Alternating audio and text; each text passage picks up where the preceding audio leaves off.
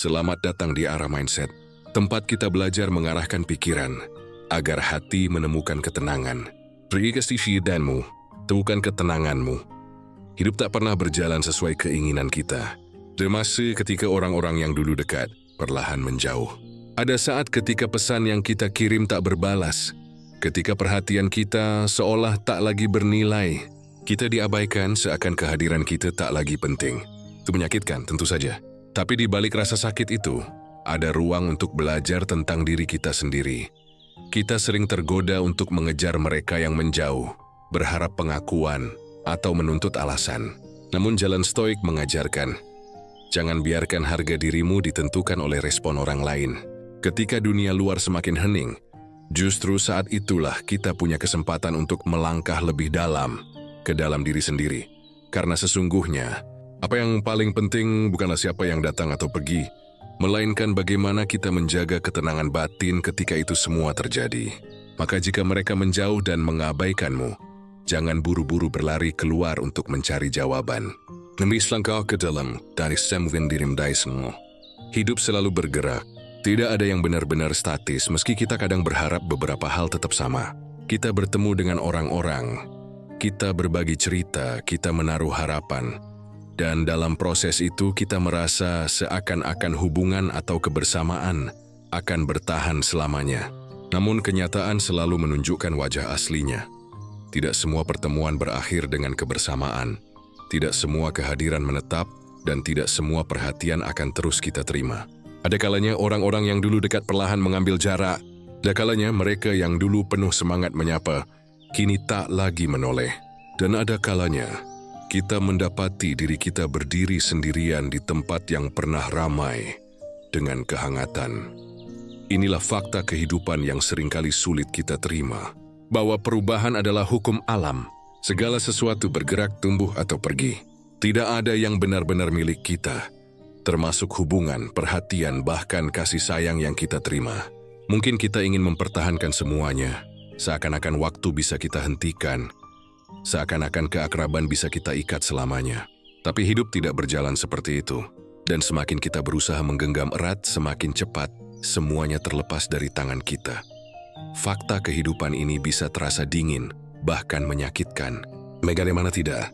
Kita manusia dengan hati yang penuh rasa. Kita butuh didengar, kita ingin dihargai, kita mencari pengakuan. Maka wajar jika saat seseorang menjauh atau mengabaikan kita, dada terasa sesak. Ada luka, ada pertanyaan, ada rasa tak adil. Namun disinilah seni menjalani kehidupan dimulai. Bukan dengan menolak kenyataan, melainkan dengan menerimanya sebagaimana adanya. Stoik mengajarkan, jangan pernah menganggap sesuatu sebagai milikmu sepenuhnya, kecuali dirimu sendiri. Anak, pasangan, sahabat, bahkan keluarga adalah bagian dari kehidupan yang hadir untuk sementara. Mereka adalah penumpang dalam perjalanan kita. Sama seperti kita penumpang dalam perjalanan mereka. Ada masa ketika kita berjalan beriringan. Ada masa ketika jalan mereka bercabang ke arah yang berbeda. Kita tidak bisa memaksa mereka tetap di samping kita, sama seperti mereka tidak bisa memaksa kita untuk tidak berubah. Ketika kita melihat fakta ini dengan jernih, kita mulai menyadari sesuatu. Rasa sakit terbesar kita lahir bukan dari apa yang benar-benar terjadi, tetapi dari ekspektasi kita bahwa hal-hal seharusnya tidak berubah. Kita percaya teman akan selalu ada, pasangan akan selalu mengerti, dunia akan selalu memberi perhatian. Ketika kenyataan menunjukkan sebaliknya, kita merasa dikhianati. Padahal sebenarnya hidup hanya berjalan sebagaimana mestinya, dinamis, berubah, dan kadang meninggalkan kita tanpa penjelasan. Mari kita bayangkan sungai. Air mengalir, membawa ranting, dedaunan, bahkan batu kecil. Semua hanyut bersama arus. Ada saat kita melihat sesuatu singgah di tepi sungai, dekat dengan kita. Ada saat hal itu hanyut lebih jauh, meninggalkan kita sendirian menatap aliran air. Begitu pula hubungan manusia. Ada yang singgah sebentar, ada yang menetap lebih lama. Tapi hampir semuanya akhirnya bergerak ke arah lain. Dan tugas kita bukanlah menghentikan arus sungai, melainkan belajar menerima bahwa segala sesuatu memang bergerak ke hilir. Fakta kehidupan ini sebetulnya memberi pelajaran mendalam. Ia mengingatkan kita agar tidak melekat terlalu kuat pada hal-hal yang sifatnya sementara. Ia juga melatih kita untuk menaruh hati kita pada sesuatu yang lebih kokoh, pada nilai, pada kebajikan, pada ketenangan batin. Karena itulah hal-hal yang tidak bisa diambil oleh siapapun, tidak bisa dijauhkan meski orang-orang pergi. Junantasi wilayah habiskan perhatian dunia menghilang. Apakah berarti kita tidak boleh berharap, tidak boleh mencintai, tidak boleh dekat dengan orang lain? Tentu saja bukan itu. Justru kita perlu menghargai mereka selagi masih ada. Kita perlu hadir sepenuhnya dalam setiap kebersamaan. Tapi pada saat yang sama, kita juga harus menyiapkan hati untuk menerima bahwa suatu saat mereka bisa saja menjauh. Dengan begitu, ketika perpisahan atau pengabaian terjadi, kita tidak runtuh. Kita tidak hancur. Kita tetap punya pijakan yang kuat di dalam diri sendiri. Inilah inti dari pembukaan perjalanan kita dalam topik ini. Mengakui fakta kehidupan, bahwa setiap orang punya jalan masing-masing, bahwa perhatian tidak selamanya kita terima, bahwa kehangatan bisa berubah menjadi jarak, dan bukan berarti kita tidak layak, bukan berarti kita gagal. Tuhan sebiatiasi hidup berjalan sebagaimana mestinya. Bila kita mampu melihat fakta ini tanpa perlawanan, hati kita akan lebih tenang, karena kita tidak lagi menganggap ditinggalkan sebagai penghancuran diri, melainkan sebagai bagian dari siklus hidup yang wajar. Dari sinilah kita bisa melangkah lebih jauh. Bukan dengan mengejar apa yang pergi, melainkan dengan melangkah masuk ke dalam diri sendiri untuk menemukan sesuatu yang lebih abadi. Ada satu hal yang seringkali kita lakukan ketika ditinggalkan atau diabaikan. Kita menolak mengakui rasa sakit. Kita mencoba terlihat kuat. Kita bilang pada diri sendiri bahwa semua baik-baik saja. Padahal di dalam hati ada perih yang nyata. Inilah hal pertama yang perlu kita pahami. Rasa sakit itu wajar. Rasa kecewa, rasa tidak dianggap, rasa ditinggalkan. Semuanya adalah bagian dari pengalaman manusia. Tidak ada yang salah dengan merasakannya. Namun seringkali kita keliru. Kita mengira bahwa dengan menolak rasa sakit kita bisa terbebas darinya. Padahal penolakan justru memperkuat luka itu. Bayangkan jika kita melukai tangan, lalu menolak untuk merawatnya. Luka itu tidak akan sembuh, malah semakin membusuk. Begitu juga dengan hati. Semakin kita pura-pura tidak terluka, semakin dalam luka itu merayap ke dalam diri. Para filsuf stoik mengajarkan, sakit adalah sesuatu yang nyata, tapi penderitaan lahir dari cara kita memandangnya. Apa artinya? Artinya rasa sakit tidak bisa kita hindari. Itu bagian dari hidup, tetapi penderitaan yang berlarut-larut itu pilihan kita. Penderitaan lahir ketika kita menolak kenyataan. Ketika kita berusaha melawan sesuatu yang di luar kendali kita. Mari kita lihat contohnya. Seseorang yang kita anggap sahabat menjauh tanpa alasan. Hati kita sakit, tentu saja. Itu tidak bisa dihindari. Tetapi kemudian kita mulai bertanya tanpa henti. Kenapa dia begitu? Pasal aku? Mengapa dia tidak menghargai aku? Pertanyaan-pertanyaan ini membuat kita terjebak. Kita tidak lagi hanya merasakan sakit, tetapi juga menambahinya dengan beban pikiran yang tak ada habisnya. Kita menciptakan penderitaan di atas rasa sakit yang sederhana. Maka langkah pertama untuk menghadapi rasa sakit adalah mengakuinya. Katakan pada diri sendiri, ya, aku terluka. Ya, aku sedih. Jangan menyangkal. Rasa sakit itu bagian dari kemanusiaanmu. Tidak ada manusia yang kebal terhadapnya. Justru dengan mengakuinya, kita memberi ruang bagi hati untuk sembuh. Langkah kedua adalah membatasi cerita yang kita bangun di kepala. Rasa sakit itu sederhana. Seseorang menjauh, kita kehilangan. Itu saja. Yang membuatnya berat adalah cerita tambahan yang kita ciptakan sendiri. Bahwa kita tidak berharga, bahwa kita ditolak dunia, bahwa kita tidak pantas dicintai. Cerita-cerita itu hanyalah pikiran, bukan fakta. Dan semakin kita memberi makan pikiran itu, semakin dalam luka terasa. Langkah ketiga, belajarlah menahan diri dari reaksi spontan. Saat sakit, kita ingin segera mengirim pesan, meminta penjelasan, menuntut jawaban, padahal itu hanya dorongan dari hati yang panik. Ambil jarak sejenak, tarik napas dalam-dalam, sadari bahwa yang bisa kita kendalikan hanyalah diri sendiri, bukan orang lain. Dalam jeda itu, kita menemukan ruang untuk memilih respon yang lebih bijak. Menghadapi rasa sakit berarti juga belajar bersahabat dengan sunyi. Karena ketika kita diabaikan, dunia terasa sepi. Tapi sepi itu bukan musuh. Erase adalah guru. Dalam kesunyian, kita bisa mendengar suara hati yang sering tenggelam dalam keramaian. Kita bisa belajar menerima diri, tanpa perlu validasi dari luar. Ada kalanya rasa sakit itu begitu tajam, hingga membuat kita bertanya, kenapa aku? Mengapa harus aku yang ditinggalkan? Pertanyaan ini bisa menghancurkan jika terus dipelihara. Tapi kita bisa menggantinya dengan pertanyaan lain. Apa yang bisa kupelajari dari pengalaman ini? Bagaimana seorang bisa menjadi lebih kuat? Dengan begitu, rasa sakit tidak hanya menjadi beban, tapi juga batu loncatan untuk pertumbuhan. Menghadapi rasa sakit bukan berarti kita berhenti berharap atau mencintai. Bukan berarti kita menjadi dingin dan menutup diri. Menghadapi rasa sakit berarti kita menata ulang cara kita mencintai, cara kita berharap, dan cara kita bergantung pada orang lain. Kita belajar bahwa cinta dan perhatian adalah hadiah, bukan hak. Dan ketika hadiah itu berhenti datang, kita tetap bisa berdiri tegak, karena kita telah menemukan sumber ketenangan di dalam diri sendiri. Rasa sakit itu nyata, tapi ia bukan akhir. Ia hanyalah pintu. Dan ketika kita berani melewatinya, kita akan menemukan bahwa hati kita lebih luas daripada yang kita kira, lebih kuat daripada yang kita bayangkan. Ketika seseorang menjauh atau mengabaikan kita, ada dorongan kuat yang muncul secara alami. Kita ingin mengejar, kita ingin mencari jawaban, kita ingin memastikan apakah masih ada tempat bagi kita dalam hidup mereka. Kadang kita mengirim pesan berulang kali, kadang kita mencari alasan untuk bertemu, kadang kita bahkan merendahkan diri demi mendapatkan sedikit perhatian. Kita kira dengan itu semua kita akan meraih kembali apa yang hilang. Padahal seringkali yang kita dapat hanyalah luka yang semakin dalam. Menghindari kejar-kejaran emosional adalah salah satu pelajaran penting yang harus kita kuasai. Karena di balik keinginan untuk mengejar, sebenarnya ada ketakutan besar. Takut ditolak, takut dilupakan, takut sendirian. Dan ketakutan itu membuat kita kehilangan kendali atas diri sendiri. Kita tidak lagi bertindak dari kebijaksanaan, melainkan dari kepanikan.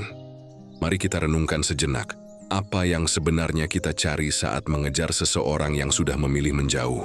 Apakah benar kita mencari penjelasan? Ataukah kita hanya mencari validasi? Apakah kita ingin mengerti? Ataukah sebenarnya kita hanya ingin memastikan bahwa kita masih cukup berarti? Jika kita jujur pada diri sendiri, seringkali jawabannya bukan pada orang lain, tapi pada ego kita yang merasa terusik. Filsafat Stoik mengingatkan kita, martabat diri lebih penting daripada reaksi emosional sesaat. Dengan mengejar seseorang yang telah jelas-jelas mengabaikan kita, secara tidak sadar, kita meletakkan harga diri kita di tangan mereka. Kita membiarkan keadaan diri ditentukan oleh apakah mereka merespons atau tidak. Padahal kendali semacam itu seharusnya tidak kita berikan kepada siapapun. Bayangkan, jika orang lain bisa menentukan rasa tenang atau gelisah kita hanya dengan tidak menjawab pesan, betapa rapuhnya hidup kita. Kita menjadi budak respon orang lain, bukan penguasa diri sendiri. Itulah mengapa kejar-kejaran emosional begitu melelahkan. Bukan hanya karena kita tidak mendapatkan jawaban yang kita inginkan, tetapi juga karena kita kehilangan kendali atas diri kita sendiri. Menghindari kejar-kejaran emosional bukan berarti kita harus berhenti peduli. Itu berarti kita memilih untuk menjaga martabat dan ketenangan lebih tinggi daripada keinginan untuk memaksa perhatian. Kita bisa tetap mendoakan yang baik bagi mereka. Kita bisa tetap menyimpan kenangan baik. Tetapi kita tidak perlu merendahkan diri dengan terus berlari mengejar. Ada kekuatan besar dalam menahan diri. Saat pesan kita tidak dibalas, kita bisa berhenti sejenak dan berkata pada diri sendiri, itu bukan kendaliku. Yang bisa kukendalikan hanyalah diriku sendiri. Dengan begitu, kita mengembalikan energi kita ke dalam, bukan menghamburkannya keluar. Kadang kita perlu mengingat bahwa keheningan juga sebuah jawaban. Tidak semua orang akan menjelaskan mengapa mereka menjauh, dan itu tidak apa-apa, karena penjelasan mereka bukan yang menentukan nilai kita. Justru sikap kita terhadap situasi itulah yang membentuk siapa kita sebenarnya. Menghindari kejar-kejaran emosional berarti kita belajar melepaskan kebutuhan untuk selalu dipahami. Karena orang lain bisa memilih menjauh, dan itu hak mereka. Yang penting adalah bagaimana kita memilih untuk tetap berdiri tegak tanpa kehilangan jati diri. Kita bisa berhenti mengejar, bukan karena kita tidak peduli, tetapi karena kita menyadari kejar-kejaran itu hanya akan menguras tenaga, menambah luka, dan mengikis martabat. Dengan menahan diri, kita melindungi sesuatu yang jauh lebih berharga, ketenangan batin. Dan disitulah kita benar-benar bebas. Ada satu prinsip penting yang diajarkan oleh para filsuf Stoik, dan inilah yang menjadi pondasi dalam menghadapi berbagai luka kehidupan. Sadari batas kendali. Karena di dunia ini, ada hal-hal yang bisa kita kendalikan, dan mendetiklah hal yang sama sekali berada di luar jangkauan kita. Masalahnya, banyak dari penderitaan kita lahir karena kita menaruh tenaga, pikiran, dan harapan pada sesuatu yang tidak pernah benar-benar bisa kita kuasai. Kita ingin orang lain tetap mencintai kita. Kita ingin mereka selalu mengingat kita. Kita ingin perhatian yang konsisten, balasan yang hangat atau sikap yang setia. Tapi mari kita tanyakan dengan jujur, apakah semua itu ada di dalam kendali kita? Jawabannya tidak. Kita tidak bisa mengendalikan isi hati seseorang. Kita tidak bisa memaksa mereka untuk tetap ada. Bahkan, kita tidak bisa menjamin bahwa orang-orang terdekat kita akan selalu memperlakukan kita dengan cara yang kita harapkan. Itu adalah wilayah mereka, bukan wilayah kita. Yang berada di wilayah kita hanyalah diri kita sendiri. Pikiran kita, sikap kita, pilihan kita untuk merespons. Itulah yang sepenuhnya menjadi kendali kita. Kita bisa memilih untuk tetap tenang meski diabaikan. Kita bisa memilih untuk menjaga harga diri meski ditinggalkan. Kita bisa memilih untuk melangkah maju, meski orang lain berhenti berjalan bersama kita. Namun seringkali kita menukar fokus. Kita menyerahkan kendali kepada orang lain, seolah-olah kebahagiaan kita ada di tangan mereka. Saat mereka mendekat, kita merasa berharga. Saat mereka menjauh, kita merasa hancur. Padahal, hidup tidak seharusnya sesandera itu. Bayangkan kita memegang kemudi sebuah perahu. Tugas kita adalah mengarahkan perahu itu melewati arus kehidupan. Tetapi alih-alih memegang erat kemudi, kita malah sibuk mengatur arah angin, mencoba mengubah arus sungai, atau bahkan memaksa hujan untuk berhenti. Itu mustahil. Yang bisa kita lakukan hanyalah mengendalikan perahu kita sendiri, meski arus membawa orang lain menjauh dari kita. Menyadari batas kendali bukan berarti kita pasrah buta. Bukan berarti kita tidak peduli atau tidak berusaha. Justru sebaliknya, dengan menyadari batas kendali, kita bisa mengarahkan tenaga pada hal-hal yang benar-benar bisa kita lakukan. Kita berhenti mengemis perhatian, tapi kita bisa memperbaiki cara kita merawat diri. Kita berhenti menuntut kesetiaan orang lain, tapi kita bisa menumbuhkan prinsip kesetiaan dalam diri kita sendiri. Dan inilah rahasia kebebasan batin. Saat kita berhenti berusaha mengendalikan hal-hal di luar diri, kita menemukan ruang yang luas untuk menguasai diri sendiri. Kita tidak lagi terombang-ambing oleh perlakuan orang lain. Kita tidak lagi terguncang hanya karena seseorang memilih diam. Kita tetap berdiri tegak, karena fondasi kita tidak tergantung pada luar, tetapi kokoh di dalam. Banyak orang hidup dengan kebingungan antara dua lingkaran. Lingkaran kendali dan lingkaran harapan.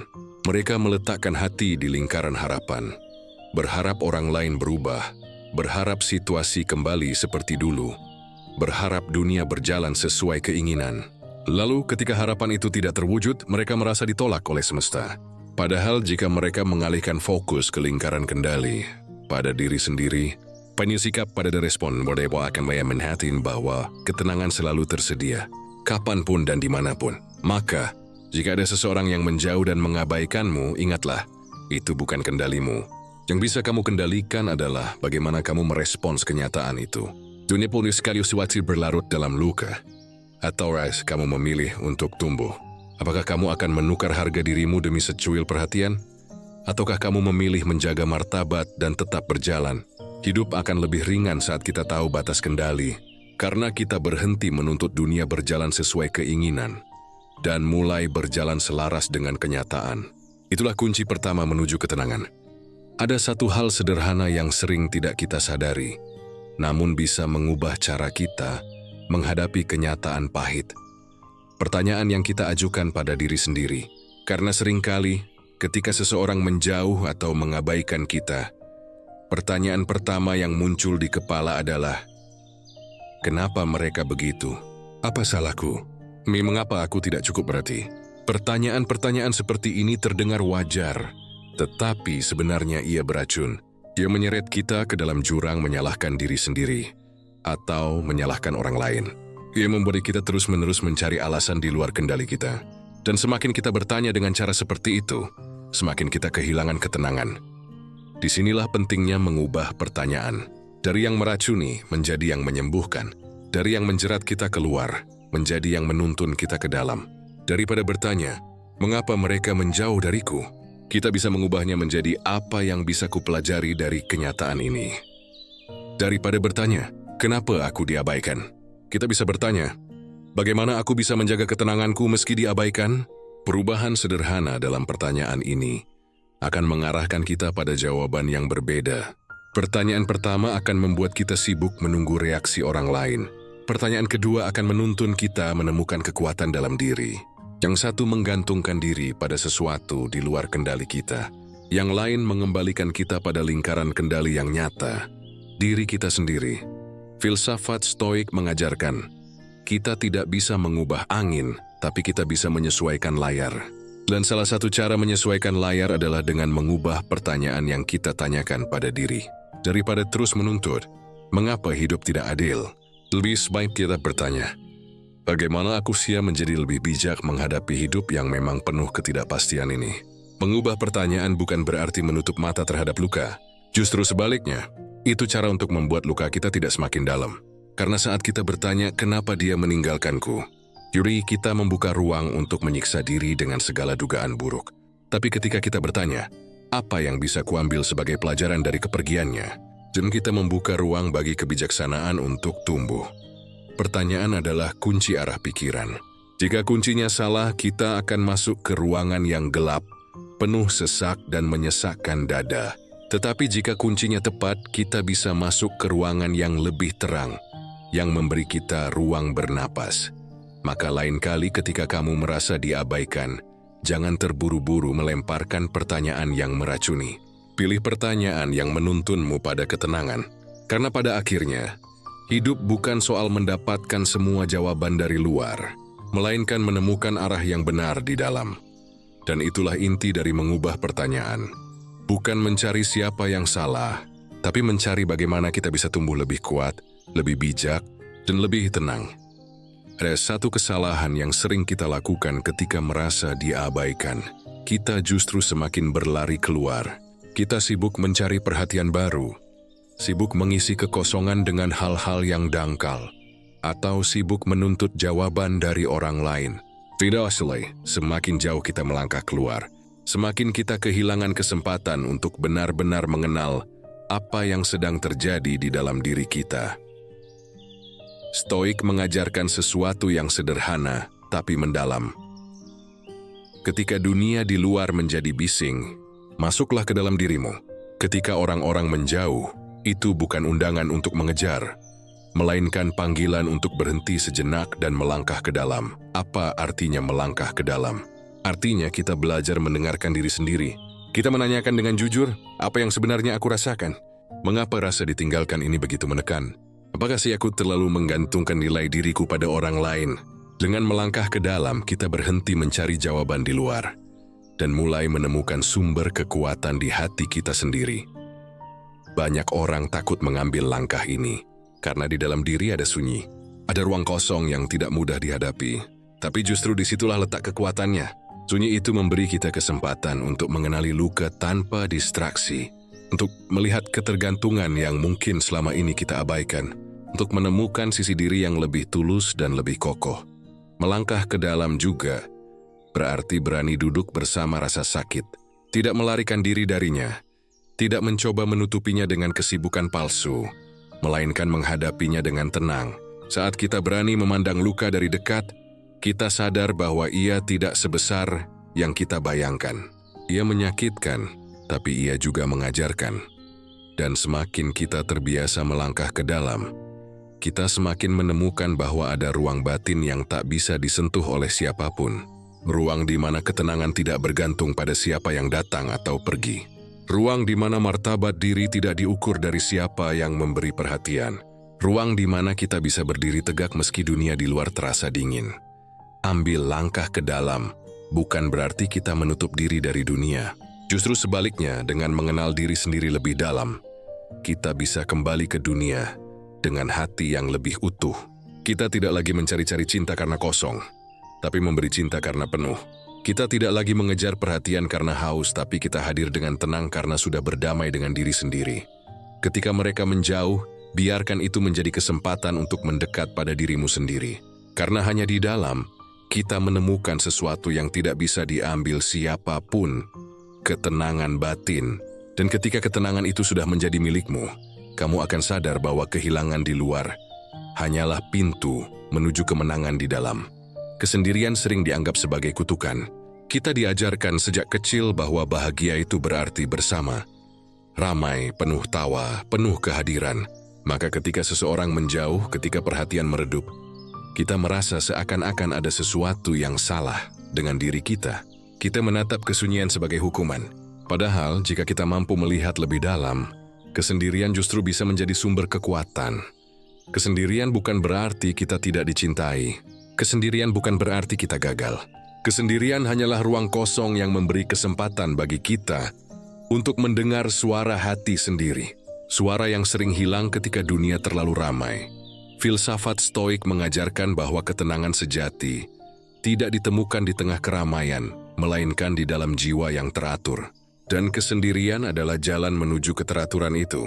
Saat kita sendirian, kita tidak perlu lagi memainkan peran untuk menyenangkan orang lain. Kita tidak harus selalu tampak kuat di mata sekitar. Kita bisa jujur dengan diri sendiri, kita bisa rapuh, kita bisa apa adanya. Dan kejujuran itu adalah pondasi dari kekuatan sejati.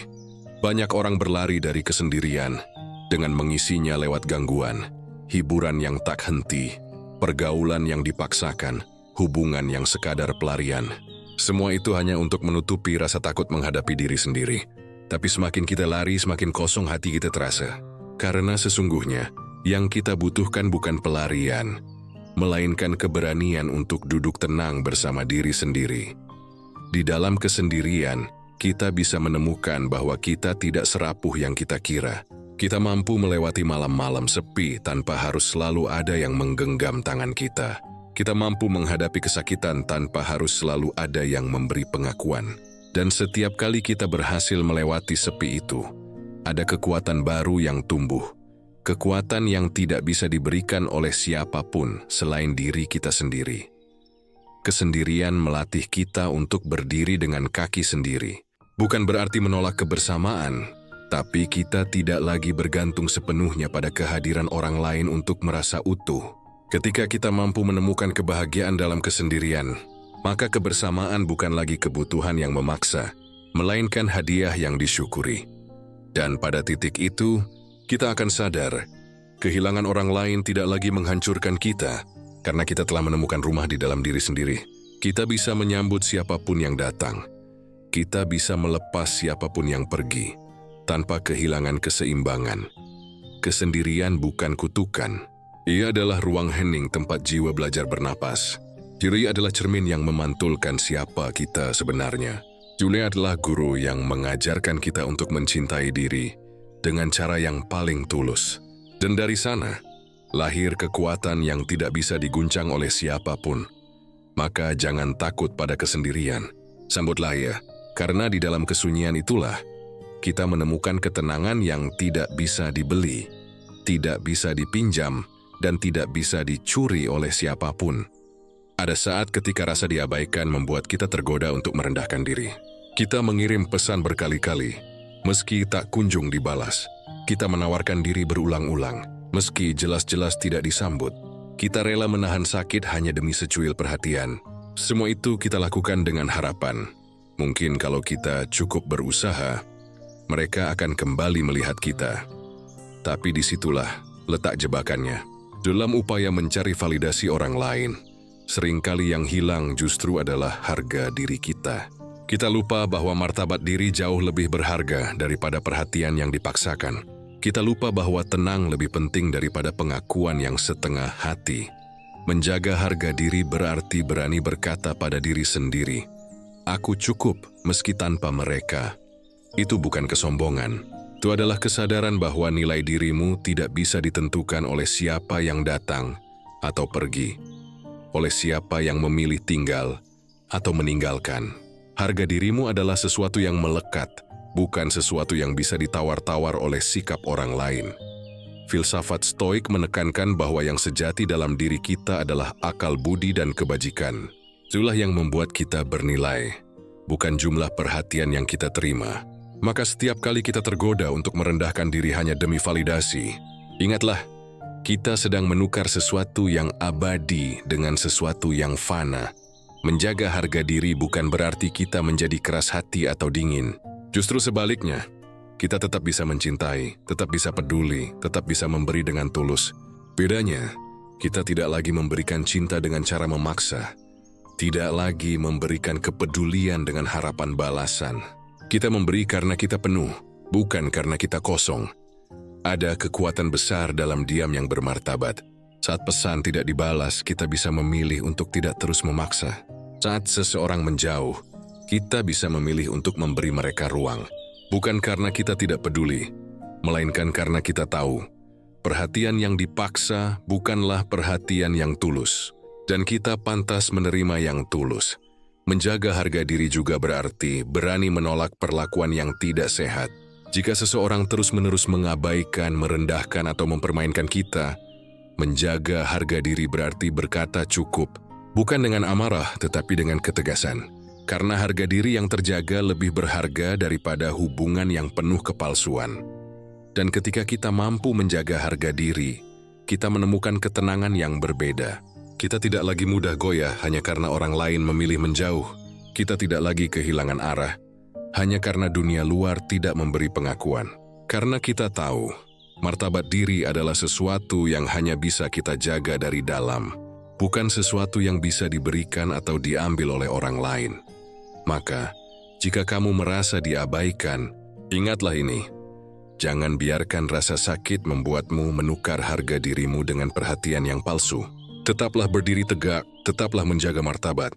Karena pada akhirnya, ketenangan hanya datang pada mereka yang tahu cara menghargai dirinya sendiri.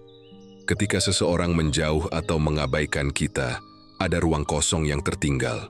Ruang itu awalnya dipenuhi oleh kehadiran, perhatian, dan kebersamaan. Begitu itu hilang, kita merasakan kehampaan. Kita bingung harus berbuat apa. Seakan-akan sebagian dari hidup kita ikut hilang bersama orang itu. Di titik inilah banyak orang terjebak. Mereka berusaha mengisi ruang kosong itu dengan cara yang salah. Ada yang terburu-buru mencari pengganti. Ada yang menenggelamkan diri dalam kesibukan yang tak henti. Ada pula yang larut dalam hiburan semu hanya untuk menghindari rasa sepi. Semua itu mungkin bisa menenangkan sejenak, tapi tidak pernah benar-benar menyembuhkan. Stoik mengajarkan bahwa ruang kosong bukanlah sesuatu yang harus ditakuti. Justru ia adalah kesempatan. Kesunyian memberi ruang bagi kita untuk menata ulang, untuk merenung, untuk membangun kembali sesuatu yang lebih kuat di dalam diri. Maka alih-alih terburu-buru mengisinya dengan hal-hal dari luar, kita bisa memilih untuk mengisinya dengan hal-hal yang membangun dari dalam. Bagaimana caranya? Beri ruang kosong dengan pengetahuan. Bacalah buku, dengarkan pemikiran bijak, renungkan kata-kata yang menumbuhkan. Pengetahuan memberi arah, memberi cahaya. Dan membantu kita melihat bahwa luka yang kita alami bukanlah akhir, melainkan bagian dari perjalanan panjang manusia. Kedua, isi ruang kosong dengan kebiasaan yang sehat. Olahraga, menulis, bermeditasi, atau sekadar berjalan kaki sambil merasakan udara. Tubuh yang sehat akan menopang pikiran yang jernih, dan pikiran yang jernih akan melahirkan hati yang lebih tenang. Ketiga, isi ruang kosong dengan karya. Alihkan energi yang tadinya habis untuk mengejar orang lain menjadi energi untuk menciptakan sesuatu.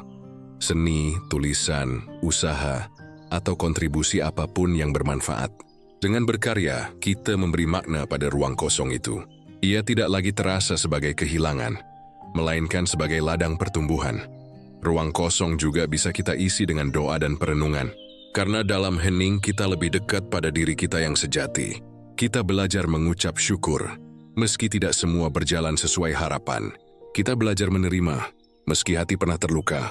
Kita belajar menemukan kedamaian, meski dunia tidak selalu memberi pengakuan. Kehilangan orang lain memang meninggalkan kekosongan, tapi itu bukan berarti hidup kita berakhir. Justru di sanalah kita punya kesempatan untuk memperluas diri. Karena ruang kosong itu ibarat tanah lapang yang bisa kita tanami. Jika kita memilih menanam hal-hal baik, kelak ruang itu akan berubah menjadi taman yang indah. Tapi jika kita membiarkannya diisi oleh kepahitan dan amarah, ia akan menjadi ladang yang gersang. Maka jangan takut pada ruang kosong. Jangan buru-buru mengisinya dengan sesuatu yang hanya sementara. Pilihlah untuk mengisinya dengan hal-hal yang membangun. Karena pada akhirnya ruang kosong itu bukan kutukan.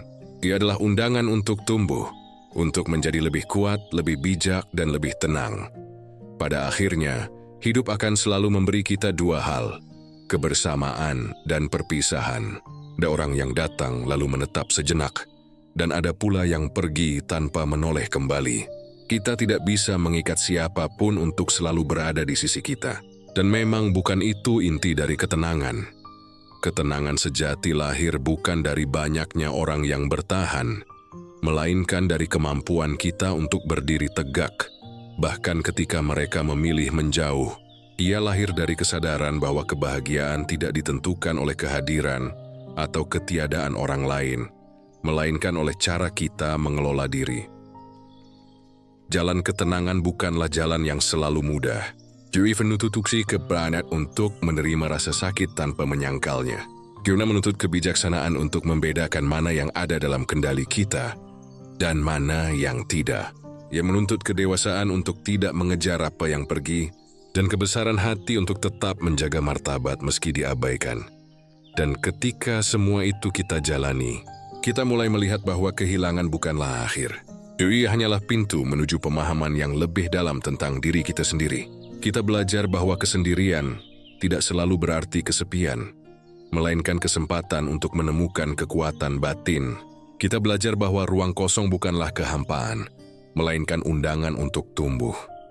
Jalan ketenangan adalah jalan kembali ke dalam diri. Jalan untuk menemukan rumah yang tidak bisa diguncang oleh kepergian siapapun. Rumah yang selalu ada dalam keheningan batin kita sendiri. Maka, jika suatu hari kamu merasa dijauhkan, diabaikan, atau ditinggalkan, jangan buru-buru menyalahkan dirimu. Jangan pula merendahkan harga dirimu demi kehadiran yang palsu. Sebaliknya, ambillah langkah ke dalam. Dengarkan dirimu. Isi ruang kosong dengan hal-hal yang menumbuhkan. Jaga martabatmu dan biarkan tenang tumbuh dari dalam. Karena ketenangan sejati bukan sesuatu yang kita kejar di luar. Dia lahir ketika kita mampu mengarahkan pikiran, menerima kenyataan dan menemukan kedamaian dalam diri sendiri. Arahkan pikiranmu, temukan ketenanganmu. Itulah jalan yang sejati. Jika kamu merasa pesan ini menyentuh hatimu, jangan berhenti di sini. Masih banyak pembahasan mendalam tentang bagaimana kita bisa menata pikiran, meredakan gejolak hati, dan menemukan ketenangan di tengah hiruk-pikuk kehidupan. Channel Arah Mindset hadir untuk menemanimu dalam perjalanan itu. Setiap kata, setiap monolog, bukan sekadar bacaan atau suara, tetapi ajakan untuk berhenti sejenak, merenung, lalu melangkah dengan lebih tenang dan lebih bijak. Jangan lupa untuk mendukung perjalanan ini dengan cara sederhana. Subscribe, like, dan bagikan kepada orang-orang yang juga sedang mencari ketenangan. Karena semakin banyak pikiran yang diarahkan pada hal-hal yang jernih dan bijak, semakin luas pula ketenangan yang bisa kita ciptakan bersama. Ingat selalu slogan kita, arahkan pikiranmu, temukan ketenanganmu.